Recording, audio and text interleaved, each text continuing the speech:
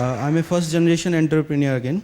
I want to share my experience in last 6 years, what I have experienced as a family run business and as a professional run business. So we are 3 family members in my business. Then last year I have thought to grow my business, now we have to become little bit professional. So we hired one person who was having 20 years of experience, highly paid person.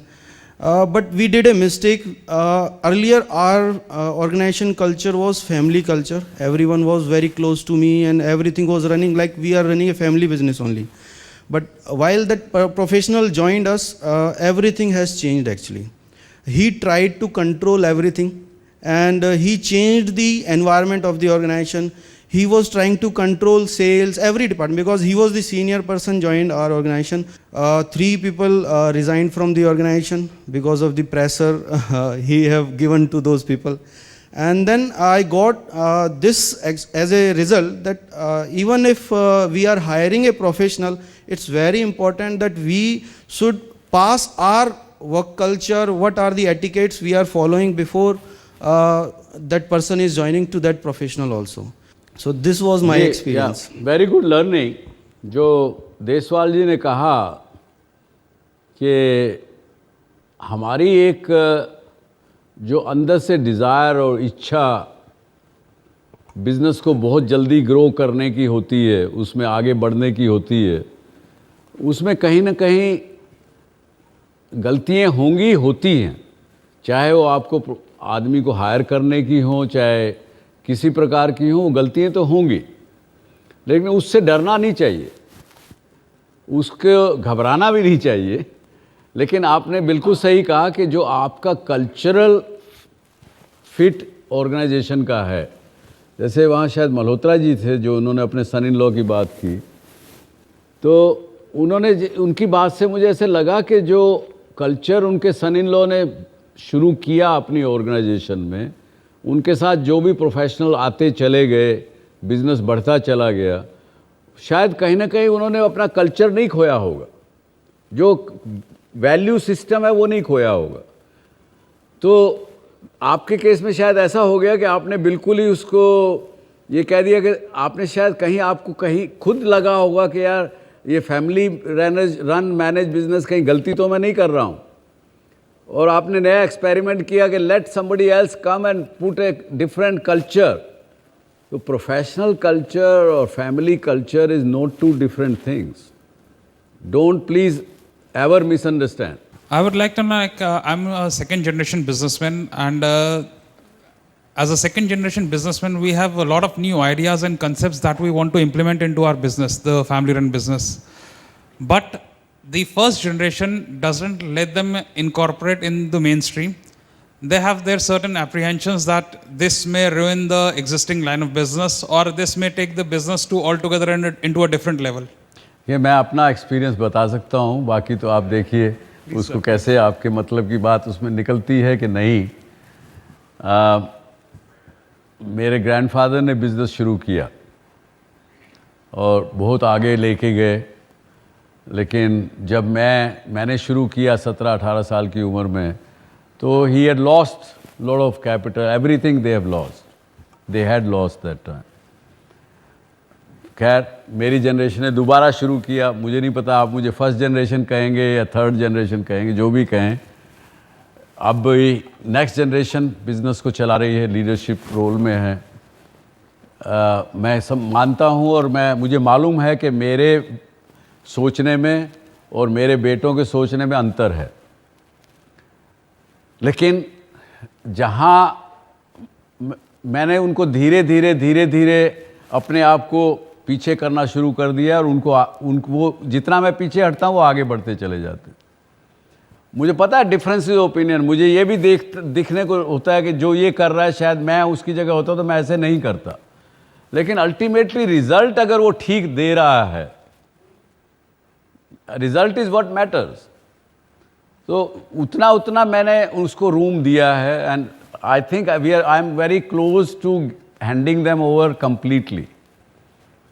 तो difference opinion रहेंगे, उसको ख़त्म करने की कोशिश मत करिए, वो हो ही नहीं सकते, क्योंकि उस आपके फादर की वो आपसे 25-30 साल उम्र में बड़े होंगे, उनका जो अपब्रिंगिंग है, उनकी जो ऑर्बिट है वो अलग किस्म का है, आज की जनरेशन का ऑर्बिट अलग है, क्योंकि you have a press off button information in your hand. हमारे टाइम में तो इतनी इंफॉर्मेशन इतनी इजीली नहीं मिलती थी कि क्या करना। आज चाहे वो इंफॉर्मेशन गलत है सही है, आपके हाथ में आ जाती है। तो your horizon is much better than my generation people, and we have to realize that. So ये आप अपने फादर को कहिएगा ये प्रोग्राम शो देखें, शायद उसको देख के आपको और फ्रीडम दे सकें वो।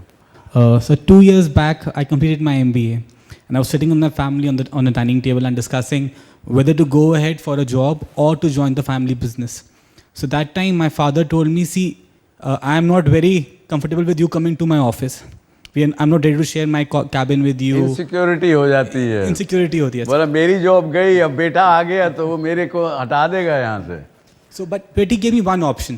He said, "I am open to one thing, कि तुम मेरे ऑफिस में आओ, अपनी जगह खुद बनाओ." So, but unfortunately पापा के ऑफिस में जगह नहीं बना पाया. Then I joined my mom in her school. So I found out कि हम since we are 22 years old, हमारे school is 22 years old, I felt कि this is a gap where I can fill in cash that experience. So I started my own company a year back, wherein I used my parents' experience and the marketing skills to take it ahead. So I'm of this opinion that if as a second generation entrepreneur, I am willing to expand my business, if I'm willing to find out a space, if I'm ready to find a solution to a problem or something, then only I should join my family business. Else I should rather hire professionals to look into that venture. Very good approach. Sir 10 साल पहले मैंने business शुरू किया था। तो हम भारतीय हैं और भावनाओं से जुड़े हुए हैं, तो हमारी पहली फिराक यही रहती है कि घर परिवार में जो सक्षम है, जो काबिल है, उनको हम साथ में जॉइंट करें। 10 साल पहले मैंने भी उनको साथ में जॉइंट किया, 6-7 साल तक मेरे साथ रहे। उसके बाद में जब उनको लगा कि भई अब वो कैपेबल है, फैमिली मेम्बर ही, थोड़ा सा 1-2 जनरेशन ऐसे गैप में, और वो लोग 2 साल पहले कंपटीशन में सामने आ गए। मैं ये जानना चाहता हूँ सर कि आखिर भरोसा किस हद तक किया जाए?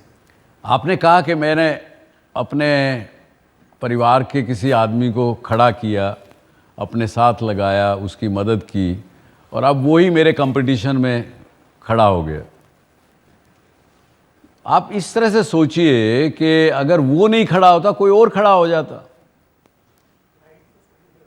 तो उसको मदद करिए आप, बजाय उसको ये सोच के कि अरे मैंने इसको बढ़ाया, पढ़ाया, लिखाया, ये किया, और ये देखो आके मेरे कंपटीशन में खड़ा हो गया। ये क्यों सोचते हैं आप? आपने जो किया, आपने अपना फ़र्ज़ पूरा किया। बड़ा होने के नाते आपने अपने परिवार के भाई भतीजे किसी को भी इकट्ठा खड़ा किया। वो अगर कंपटीशन में करता, करने दीजिए। ये तो कंपेटिटिव वर्ल्ड है। वो नहीं करेगा, दूसरा कोई करेगा, तीसरा कोई करेगा। हमारी अपनी संस्थाओं में रोज़ होता है। मेरे सामने एक ग्रुप कंपनी का एक सीईओ आता है, दूसरी कंपनी का भी सीईओ आता है। वो कहता है साहब ये ऐसा कर रहे हैं, मेरा भी यही बिजनेस है। तो रोज़ मुझे कन्फ्लिक्ट रेजोल्यूशन करना पड़ता है इस तरह का। तो मैं उन दोनों को कहता हूँ भैया तुम जो कर रहे हो इसमें थोड़ा सा ये अंतर है, तुम ये कर रहे हो, compete करो आपस में, क्या फ़र्क पड़ता है? कंपटीशन अच्छी बात, बुरा मत मानिए।